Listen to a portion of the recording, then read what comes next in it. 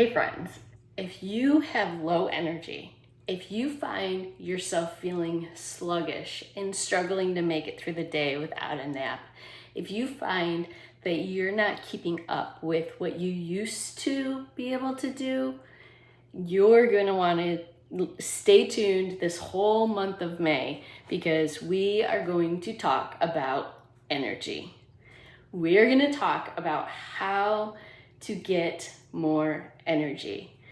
And believe it or not, it could be fairly simple. Well, the concepts are simple, but to do it can be, it takes work.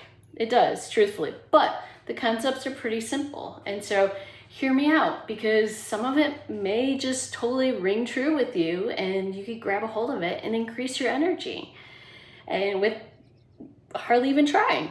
So I guess when I say that, I'm reminded of the scripture that my people perish for lack of knowledge. And a lot of why we have low energy is because we just lack the knowledge of how to have energy. And so each month or each week this month, we're going to have a little bit different topic. So it's going to be really fast paced, and you're going to want to catch every week. So be sure to subscribe because you're not going to want to miss a week. So this week for our silent energy killers, we're talking about nutritious foods that silently kill your energy. Nutritious foods. These are foods that we think we should be eating. These are foods that we think are nutritious and should be a part of our diet. But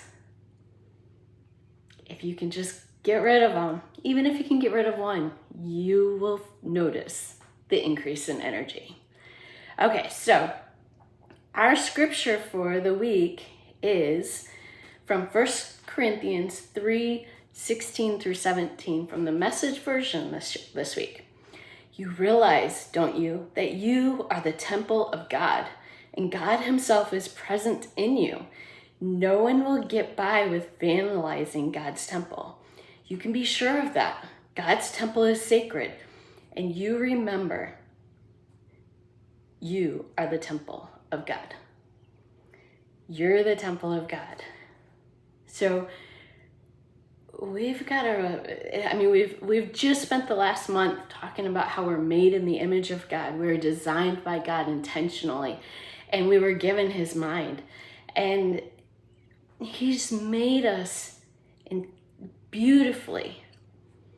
And I mean, if you read the Old Testament and what they put into building the temple, you're even more magnificent than what that temple was. So remember, you're the temple of God. And so let's learn how to take care of it. Let's learn how to, no one wants to suffer as they live. Let's live life full of energy and strength. I can tell you, as I've made these changes, I feel younger in my late 40s than I did in my 30s. So these are game changers, friend. I am so grateful that I've discovered this. So our nutritious foods that silently kill your energy. So I'm only going to discuss 5 today. So 5. So the 5 nutritious foods to avoid. First one, and we hear a lot of talk about this, and is gluten. So gluten, if you're not sure what gluten is, think wheat or bread, pasta, stuff like that, donuts, foods like that. It's bready type foods. That would be gluten. It's a wheat byproduct. So soy would be the next one. Corn would be the next one. Dairy would be the next one. And then sugar would be the final one. And it's truly not that nutritious, but had to make the list. So when we're dealing with low energy, what's ultimately happening in our body is our body is inflamed. It's chronically inflamed. So a little bit of inflammation is good for like healing up a cut or healing up a wound on your body. But chronic inflammation destroys the body. It tears it down. And so it's destroying your energy levels because it's so chronically inflamed. And so that's what these 5 foods do to the body. So we're going to take a look at gluten, soy, and corn first. And you think, what? Those are really good foods. Unfortunately, they have been so genetically modified that their DNA doesn't even look the same as what our great-grandparents used to eat. Our great-grandparents wouldn't even recognize this food because it's the DNA of these food products have been so altered. And so with that, our bodies really don't recognize it as food either. Our bodies see it as, well, it kind of looks like corn. It kind of looks like soy, but it's been so altered that it really doesn't know what to do with it. And the reason why they do that is to be able to produce better crops, more food, faster. They want to feed the population. And so they're doing it with a good intent, but it's ultimately harming us. And then they also do it so that it can withstand the herbicides and pesticides that they place on the crops. So herbicides and pesticides, that's another problem because these crops are have this stuff on them.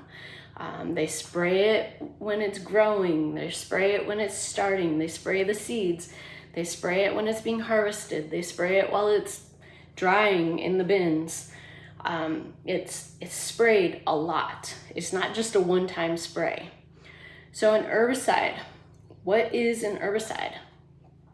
Herbicides are meant to keep the weeds out. They don't want the weeds to come in and choke out the crop. Makes sense, right? An herbicide is, an example of an herbicide is Roundup. You can go into any hardware store and find Roundup.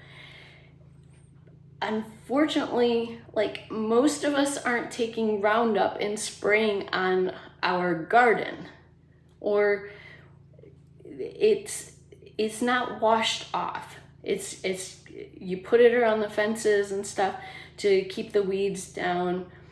That's what Roundup is typically used for, but this is as if you're spraying your food with it, like even right before it goes to production. And so essentially it's like you just made yourself a sandwich and then you sprayed a little bit of Roundup on it. I mean, it's disgusting, it's terrible. And but next is the herbicides. Well, first off, would you ever drink Roundup? Would you ever do that intentionally? I mean, that's essentially what we're doing when we're eating these foods. But pesticides. So pesticides are intended to kill the pests that come to the plants.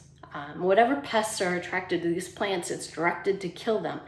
And oftentimes, the pesticides are eating the pest from the inside. It's like the pest takes a bite from the plant, and so the stuff that's sprayed on it goes into the pest, and it essentially eats out the inside of the pest, ultimately killing it. So it's eating it from the inside out. So it's, I mean, very painful, it's a pest, so it ultimately, I mean, either way, it's a very painful, horrific death to be eaten from the inside out. But don't you find it interesting that so many of us have extended stomachs or inflamed, like round guts, or digestive issues, constipation, diarrhea too. All these issues, a lot of them could be related back to these pesticides that are on our products, on our crops, on our fruits and vegetables, but heavily on our gluten, our wheat, our corn, and our soy. So then you're probably wondering, why dairy? Well, what do they feed the cows? They feed them the corn, the soy, they feed them those products, and the cows are eating all those pesticides and having the same issues, all those herbicides, getting the same issues as humans. And then they also give the cows growth hormones so that those animals grow faster. They want to get them to the market faster so that they feed more people. And I understand that that's legit, but that's a problem, because then it's in our milk and it's in our meat too, ultimately. The toxins are stored in the muscles. The muscles are the meat. So if you're gonna eat meat, highly recommend that you eat grass-fed. If you're gonna eat cows, grass-fed. But for the dairy, it's going through the milk and then we're drinking it. And that's with the growth hormones. How you see that in humans as they're drinking it from the milk, the dairy, getting it through dairy, ice cream, milk, butter, whatever. You're seeing it through like terrible menstrual cycles, emotional up and downs. It's an excess of a dirty estrogen. It's a bad estrogen. It's not a true estrogen for the body, and it stores up in the body, and it's causing the man boobs. It's causing the love handles. It's causing all these things that we don't want. And so that is a reason why avoiding dairy would be really helpful. Dairy is also known to, when you take it in, it creates this like feel good, this like happiness, this satisfaction. But then you come off from that, it like this high, and then you drop real low, and it does something in the brain where oftentimes causes depression. So if you deal with depression, definitely try getting rid of dairy, getting off from dairy, because it may make a huge difference for you. So another reason why to avoid dairy. And then finally, the not so nutritious one would be sugar. Sugar is so good, yet it's so incredibly addictive too. But that's not why I'm saying avoid sugar necessarily. I had an incredibly hard time getting off from sugar. I was very addicted to sugar. It took me a long time to stop having sugar, eating lots of sugar. And so I get it, sugar is good, but sugar ultimately makes, it gets into the fascia, and it gets into the lymph, and it clogs it all up, and it makes you like sticky internally. And just like sugar is like sticky on the outside, when you touch it, if it gets kind of wet and damp, it gets sticky. It does that to your body. And so ultimately, it's like stiffening you up. So it hurts to move, it hurts to bend, it hurts, like your detoxification pathways are clogged up. So you're not gonna detoxify as readily. And you're just gonna be more pain-filled. You're not gonna be able to move as much. And so it's a toxic pleasure, I guess. It's it's a silent energy zapper. It seems so good in the moment, but then you take it and really you might have a high, but then you crash and you want to sleep. But it's also in the long run making you sticky inside. And so it hurts to move, but it also makes you feel sluggish to do anything. You don't want to move. You don't want to.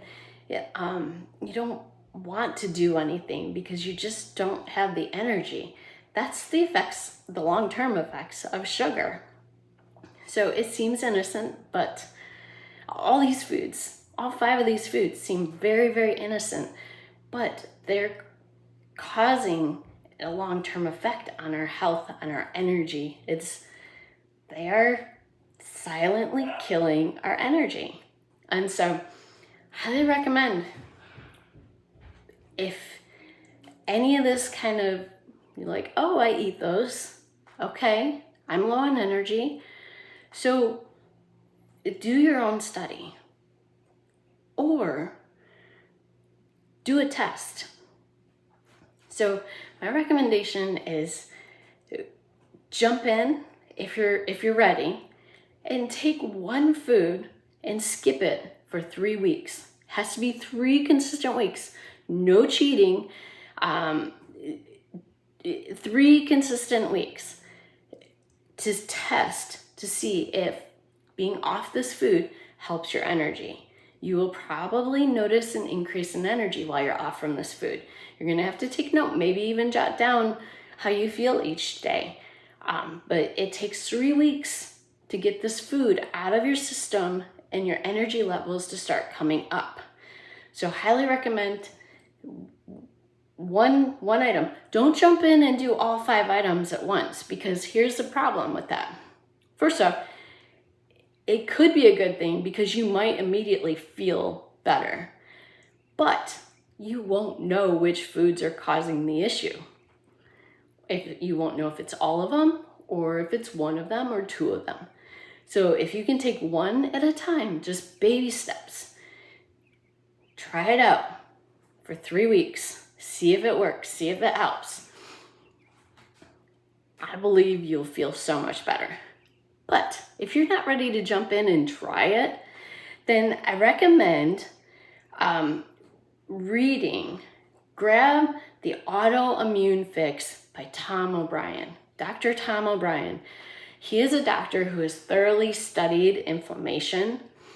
And so with that energy, chronic pain, autoimmune disease, he's got another book, I think it's Fix Your Brain, or You Can Fix Your Brain, something like that. But he's done a lot of study on this inflammation within, and he's even developed tests that you can do to see if these foods are bothering you, if you prefer to take a test. But grab the Autoimmune Fix, because he does an excellent job of walking you through each of these foods and telling you why you want to avoid them, what they're doing, so you understand the symptoms that you're looking at. Because if you know the symptoms that they're causing, then it's easier to say, oh yeah, I've got that symptom. Well, maybe this will help. And it gives you the strength, it empowers you to take those next steps of cutting that food out. Because these foods, they all convert to sugar.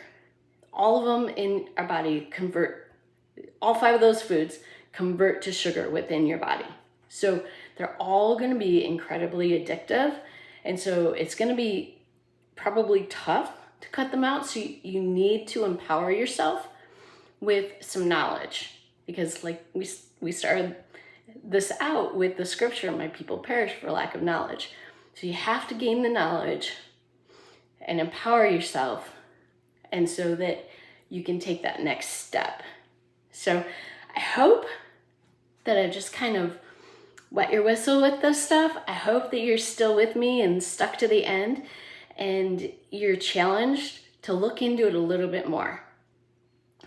And you're like you're excited, like something inside is churned within, that you can fix your energy. Because you can, friends. Like, it is possible.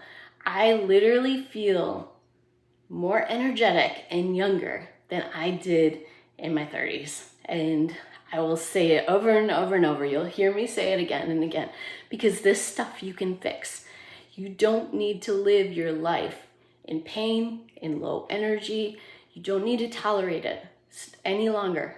So let's do something about it. Let's become empowered and give it a try.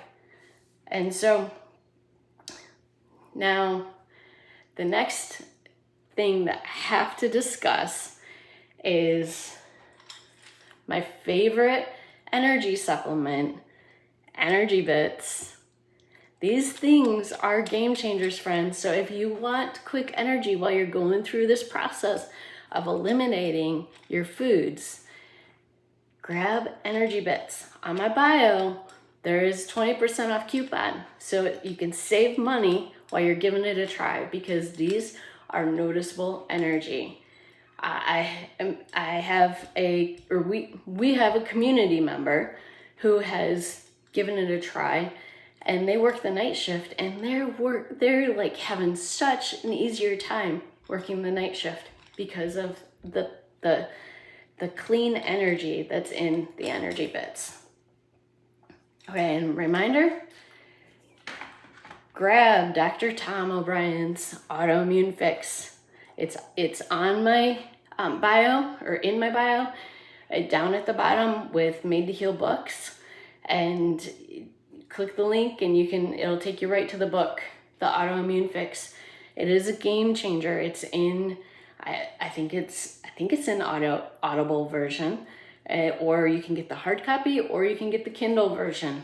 But enlighten yourself, encourage yourself, empower yourself. You are made to heal, friends. Don't tolerate low energy. Don't tolerate chronic pain. Don't tolerate sickness any longer.